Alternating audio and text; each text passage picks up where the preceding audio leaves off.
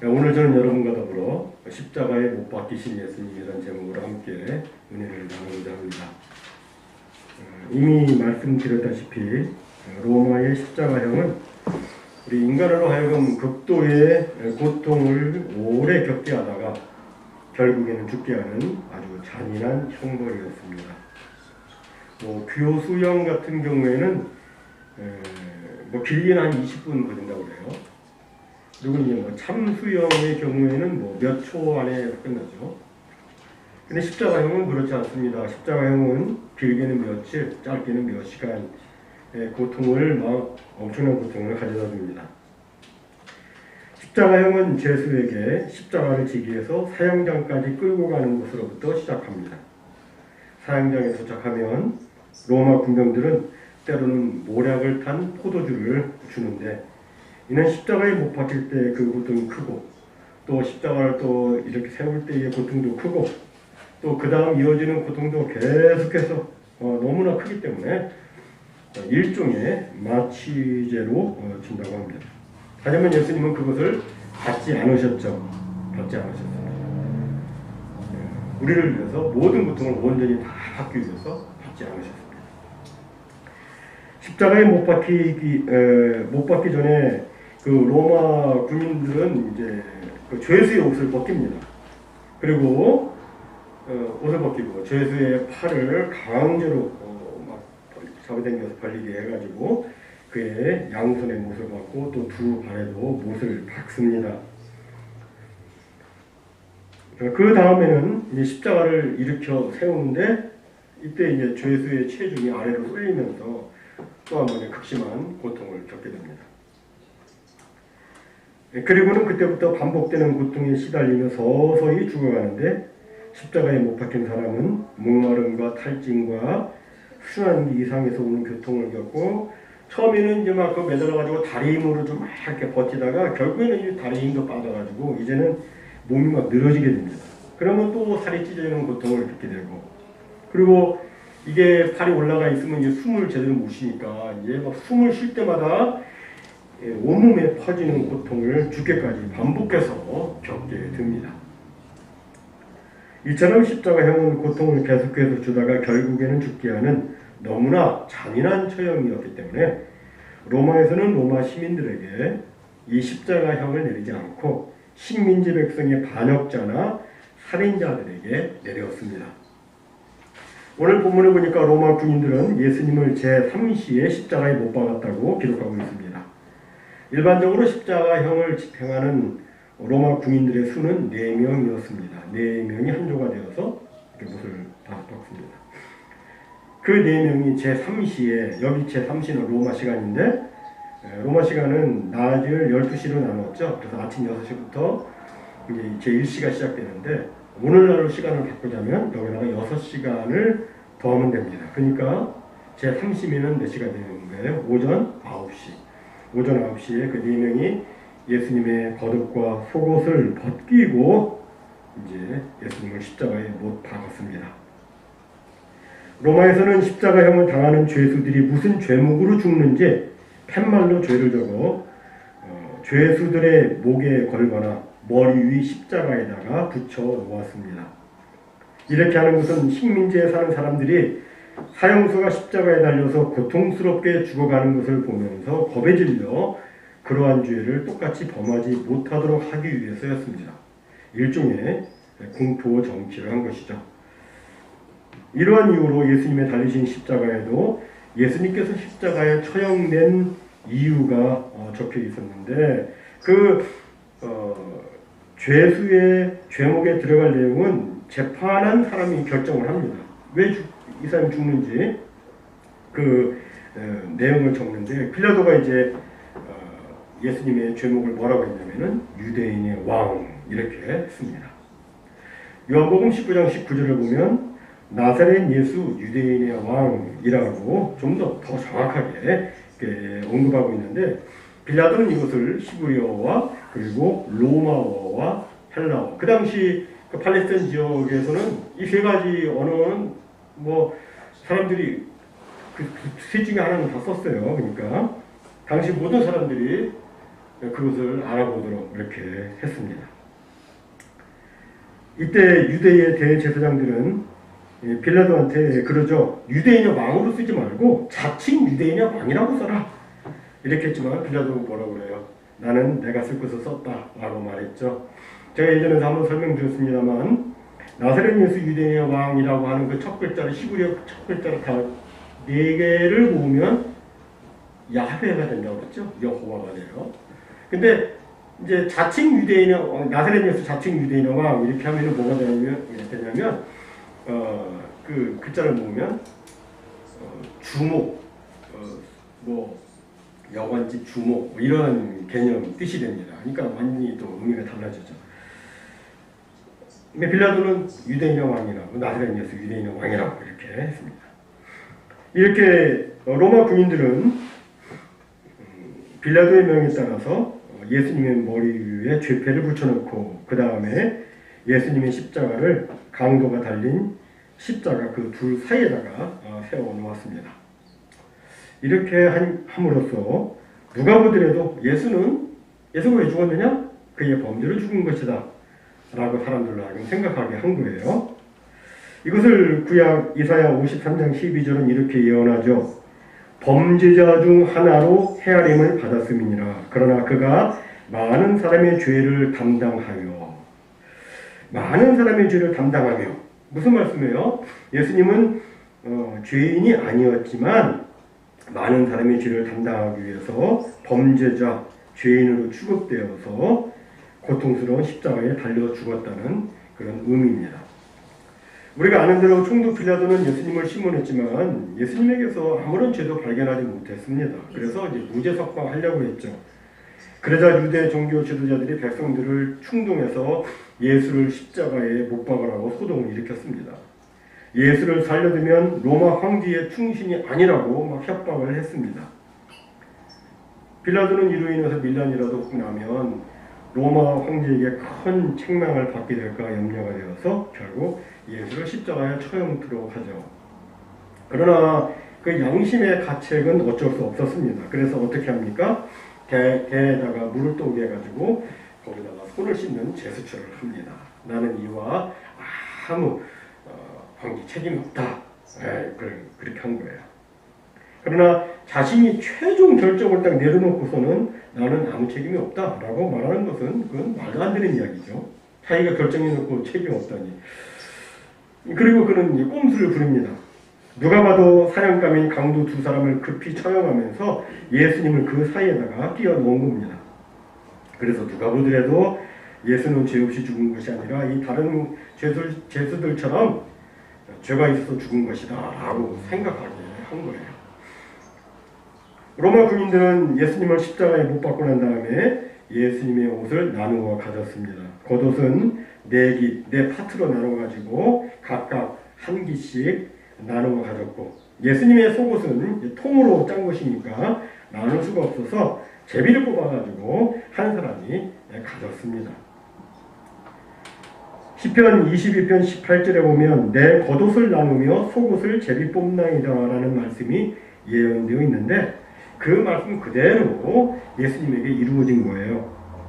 사실 로마 군병들이 예수님의 옷을 제비 뽑아 나누어 가지는 것은 예수님께서 뭐 자유로 뭘 어떻게 해볼 수 있는 그런 일이 아니잖아요. 그죠?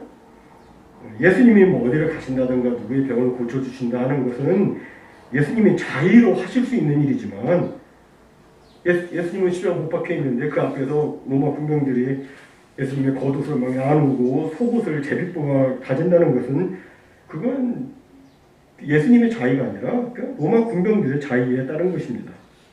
그런데도 구약의 예언대로 그들이 예수님의 겉옷을 나누고 속옷을 제비 뽑아 가지는 것을 보면 예수님은 분명 구약의 예언된 메시아, 우리를 구원하기 위해서 이 땅에 오신 하나님의 아들 메시아 그리스도이심을 분명하게 또한 보여주고 있는 겁니다. 십자가에 못 박히신 예수님의 모습은 정말 처참했습니다. 이미 온몸은 채찍질로 갈기갈기 찢겨졌고 막 깊이 패인 상태였고 온몸에 막 검붉은 피로 온몸이 범벅이 된 그런 상태였습니다. 이 모습을 보고서 유대인들은 불쌍히 여기는 게 아니라 입술을 삐쭉 내물면서 자기 머리를 흔들며 예수님을 모욕하기 시작했습니다. 아하! 성전을 헐고 3일 만에 짓겠다는 사람아, 십자가에서 내려와 내 자신이나 구원해보아라. 내가 스스로 성전도 3일 만에 지을 능력이 있는 자라고 하면서 그깟 십자가 못은 왜 빼내지 못하느냐? 네 말은 거짓이고 허풍이었구나 하면서 예수님을 모욕했습니다. 그들 곁에 서 있던 종교 지도자들도 예수님을 희롱했습니다. 남을 구원한다더니 정작 자기 자신은 구원하지 못하는가? 이스라엘의 왕 그리스도야, 네가 만약 하나님의 아들이거든 십자가에서 내려와 봐라. 그러면 우리가 보고 믿겠다. 정말 참을 수 없는 조롱과 모욕입니다. 그런데 여러분, 여기 네가 만약 하나님의 아들이거든, 이 말 어디서 많이 듣던 말 아닙니까? 마태복음 4장에 보면 40주야를 금식하고 줄이신 예수님에게 마귀가 와서 이렇게 말을 하죠. 시험하는 자가 예수께 나와서 이르되 네가 만약 하나님의 아들이거든 명하여 이 돌들로 떡덩이가 되게 하라. 그리고 이어지는 말씀을 또 보면 마귀가 예수를 거룩한 성으로 데려다가 성전 꼭대기에 세우고 이르되 네가 만약 하나님의 아들이거든 뛰어내리라. 비록 되었으되 그가 너를 위하여 그의 사자들을 명하시리니 그들의 손으로 너를 받들어 발이 돌에 부딪히지 않게 하리로라 하였느니라. 여러분, 여기 네가 만약 하나님의 아들이거든, 이건 마귀의 소리죠. 예수님은 이미 영원전부터 하나님의 아들이신데 하나님의 아들을 만일 네가 만약 하나님의 아들이거든 이라고 말하는 것은 이건 옳지 못한 소리고 이건 마귀의 소리예요. 불신앙의 소리입니다. 이미 예수님은 하나님의 아들이세요. 근데 하나님의 아들이 하더니 아버지 막 불을 지르는 거죠. 마음에. 십자가에 매달려 극심한 육체적 고통 속에서 괴로워하시는 예수님께 당시 유대인들은 마귀의 말로 예수님을 조롱하며 아우성치고 있었던 겁니다. 그런데 여러분, 그 소리는 비단 그 당시 유대인들의 소리일 뿐만 아니라 오늘 이 시대를 살아가고 있는 우리들이 자주 듣는 소리이기도 합니다. 어떤 사람들은 무슨 어려운 일을 만나면 주님을 참으로 인정하고 주님 앞에 엎드려서 겸손하게 주님 앞에 기도하기보다는 당신이 정말 하나님의 아들이어도 한번 능력을 보여줘봐라 라고 요구를 합니다. 자신의 교회, 자신의 욕구, 자신의 열망 같은 것들을 내놓으면서 당신이 정말 하나님의 아들이라면 나에게 이렇게 달라. 그러면 내가 믿겠다. 라고 아우성을 칩니다. 그러나 여러분, 이것은 참 믿음의 자세가 아니죠. 참 믿음이라면 그렇게 하면 안 되죠. 어떻게 해야 됩니까? 참 믿음이라면 먼저 예수 그리스도를 인정해야 되죠. 그리고 겸손히 주님 앞에 구해야 됩니다. 당신은 참으로 하나님의 영광스러운 아들이시오니 당신은 간절히 기도하는 이의 기도를 항상 아름답게 들어 응답해 주시는 하나님의 아들이시오니 주여 저를 긍휼히 여겨 주옵소서. 주여 저를 긍휼히 여겨 주셔서 이 문제를 꼭 해결해 주옵소서 하고 이렇게 간구해야 됩니다. 하지만 당시 유대인들은 그런 자세가 아니었잖아요. 간증의 자세가 아니라 비웃으면서 아하 희롱하고 모욕했습니다. 그 말을 듣고 그때 저 같으면 당장 내려가가지고 그냥 자신이 하나님의 아들인 것을 딱 나타내 보여줬겠지만 예수님은 그렇게 하지 않으셨습니다. 왜냐하면 그것은 사탄의 또 다른 유혹이었기 때문입니다. 예수님은 마음만 바꾸시면 당장 십자가에서 내려오실 수도 있으셨습니다. 그러나 그렇게 하면 어떻게 됩니까? 인류의 구원은 불가능하게 됩니다. 예수님께서 그때 십자가에서 내려오셨다면 자신이 하나님의 아들 그리스도이심을 그들에게 보여줄 수는 있겠지만 그러나 그것만 가지고서는 사람을 구원할 수는 없죠. 죄인을 구원하려면 그 죄를 대속하는 희생을 치루어야 되는데 십자가에서 죄를 대속하는 그 희생을 치르지 않고 어떻게 죄인을 구원할 수가 있겠어요?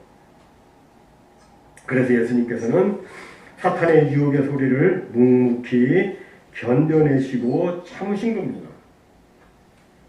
우리는 여기서 예수님의 인내와 침묵을 배울 수 있습니다. 사실 우리가 살다 보면 여러 뒷말들을 듣게 됩니다.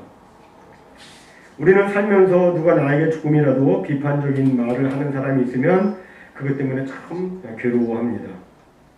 누가 나에게 안 좋은 표정을 짓고 기분 나쁜 말을 하고 그러면 나도 다음에는 그에 상응하는 반격을 해야겠다라는 그 생각이 밑에 막 깔려 있어요. 그러나 이것은 주님을 따르는 모습이 아니죠. 그것은 악에게 지는 모습입니다. 예수님은 욕을 받으시되 욕하지 않으셨습니다. 예수님의 이런 모습은 예수님 옆에 있던 한편 강도의 마음을 강하게 움직였습니다. 오늘 본문 마지막 32절 후반절을 보면 사람들이 막 예수님을 욕을 할 때 예수님 좌우에 있던 두 강도도 함께 욕을 했다고 그렇게 기록하고 있어요. 같이 막 욕을 한 거예요. 그런데 시간이 흐르면서 한편 강도에게 심경의 변화가 생겼습니다. 사람들은 예수님을 향해서 조롱하고 비웃고 모욕하고 별의별 말을 다 하면서 희롱을 하는데 예수님께서는 잠잠하셨던 겁니다. 그리고 더욱이 예수님은 그들을 위해서 기도를 하십니다. 아버지여, 저들을 용서해 주옵소서. 지금 저들이 자기가 뭘 하고 있는지 몰라서 그러는 겁니다. 잘 몰라서 그러는 거예요. 아버지, 용서해 주세요. 이렇게 기도를 하는 거예요. 이 말을 들었을 때 한편 강도는 깜짝 놀랐습니다. 왜냐하면 자신들은 세상에 대한 분노와 억울함과 그리고 그 극심한 고통에 못 이겨가지고 그냥 가진 욕설을 예수님께 퍼붓고 있는데 예수님께서는 자신들과는 전혀 다르게 욕을 받으시되 욕하지 아니하시고 오히려 사랑으로 용서의 기도를 하셨기 때문이었습니다. 그때 한편 강도의 마음속에는 이 예수는 도대체 누구란 말인가? 이 예수는 혹시 지금 이 무리들이 소리질러 조롱하는 것처럼 진짜 하나님의 아들 그리스도가 아닌가? 만약 이 예수가 진짜 하나님의 아들 그리스도라면 나는 과연 어떻게 해야 하는가라는 생각이 그에게 들었던 겁니다. 그리고 아무리 생각해 보아도 자기들은 살인자로서 마땅히 받을 벌로 지금 죽게 되었지만 이 예수는 죽을 자가 전혀 없는데 죽게 된 것을 알게 되었습니다. 그래서 마음을 고쳐먹은 그는 예수님을 계속해서 욕하는 다른 한편 강도한테 이렇게 꾸짖으며 말을 합니다. 우리는 우리가 행한 일에 상당한 보응을 받는 것이니 이에 당연하거니와 이 사람이 행한 것은 옳지 않은 것이 없느니라. 그는 자기들은 죄인이지만 예수님은 죄가 전혀 없는 하나님의 아들임을 확실히 알게 된 겁니다. 그래서 그는 예수님을 향해 이렇게 간절히 부르짖죠. 예수여, 당신의 나라에 임하실 때에 나를 기억하소서. 이 간청에 예수님께서 어떻게 하셨습니까? 너는 세상에서 죄도 많이 졌고 사랑까지 죽였으니까 또 천국에 못 가. 이렇게 하셨습니까? 아니죠. 예수님이 이렇게 말씀하셨습니다. 내가 진실로 네게 이르노니 오늘 네가 나와 함께 낙원에 있으리라. 그렇게 말씀하셨죠. 그 한편 강도는 그 마지막 순간에 기적적으로 구원을 받아서 천국에 들어간 것입니다. 이전에 예수님께서는 이렇게 말씀하셨습니다. 아버지께서 내게 주시는 자는 다 내게로 올 것이요 내게 오는 자는 내가 결코 내어 쫓지 아니하리라. 이 말씀처럼 예수님께서는 예수님께 오는 자를 절대 모른다 박대하시거나 거절하지 않으시고 다 받아주십니다. 아무리 큰 죄인이라도 예수님께 나아가서 자신의 죄를 자복하고 회개하여 예수를 믿으면 그는 구원을 받아 천국에 들어가는 겁니다. 사랑하는 성도 여러분, 만왕의 왕이신 예수 그리스도께서는 우리들을 위해 십자가에 못 박히셨습니다. 그 십자가는 어떤 십자가입니까? 이 고통의 십자가죠. 수치의 십자가입니다. 저주의 십자가입니다. 예수님은 언제라도 그 십자가 위에서 내려오실 수 있으셨지만 그렇게 하면 우리를 구원할 수 없기 때문에 우리를 사랑하신 예수님께서는 우리를 위해서 그 십자가를 참으셨습니다. 묵묵히 참으셨습니다. 그런데 예수님께서 이런 말씀을 하셨죠. 누구든지 나를 따라오려거든 자기를 부인하고 자기 십자가를 지고 나를 따를 것이니라. 여기 자기 십자가를 진다는 것은 죽을 각오하고 주님을 따라야 한다는 거예요. 그 당시 이 말씀이 기록될 당시에 십자가는 죽음이었어요. 지금은 목걸이도 만들고 장식도 그러지만 그 당시에는 그건 죽음이었습니다. 죽을 각오하고 주님 따라야 된다. 끝까지 참으면서 주님 따라야 된다. 그래야 된다고 주님 말씀하셨죠. 우리는 꼭 생각할 필요가 있어요. 뭐냐면 나를 위해 십자가에 못 박히신 예수님. 우리가 생각하면서 이제는 나도 나의 십자가를 지고 끝까지 참으면서 주님을 따라야 되겠다. 이런 결단이 필요하고 그렇게 따르다 보면 우리 주님께서 오실 때 영광중에 우리 주님께서 오실 때 주님께서 우리한테 그러실 거예요. 정말 참으로 수고 많았다. 정말로 잘했다 하시면서 칭찬해 주실 겁니다. 그리고 그뿐만 아니고 주님께서는 성경이 약속하기를 상급을 주신다고 그랬어요. 그죠? 멸류관도 주신다고 그랬어요. 영광도 누리게 해주신다고 그랬어요. 하늘의 영광, 달의 영광, 모든 별의 영광 다 다르지만 그 영광도 그렇게 빛나는 영광도 허락해 주신다고 성경은 말씀하고 있어요. 죽기까지 따르는 것이 중요하죠. 끝까지 따르는 것이 중요합니다. 모쪼록 우리 예수님 생각하면서 끝까지 인내로 주님을 따라가는 우리 모두 여러분 모두에게 저를 포함해서 우리 모두에게 하나님께서 약속해 주시고 예비해 주신 그 놀라운 상급과 칭찬과 영광과 멸관 우리 모두 다 풍성히 받아 누리시기를 주님의 이름으로 축원합니다. 아멘.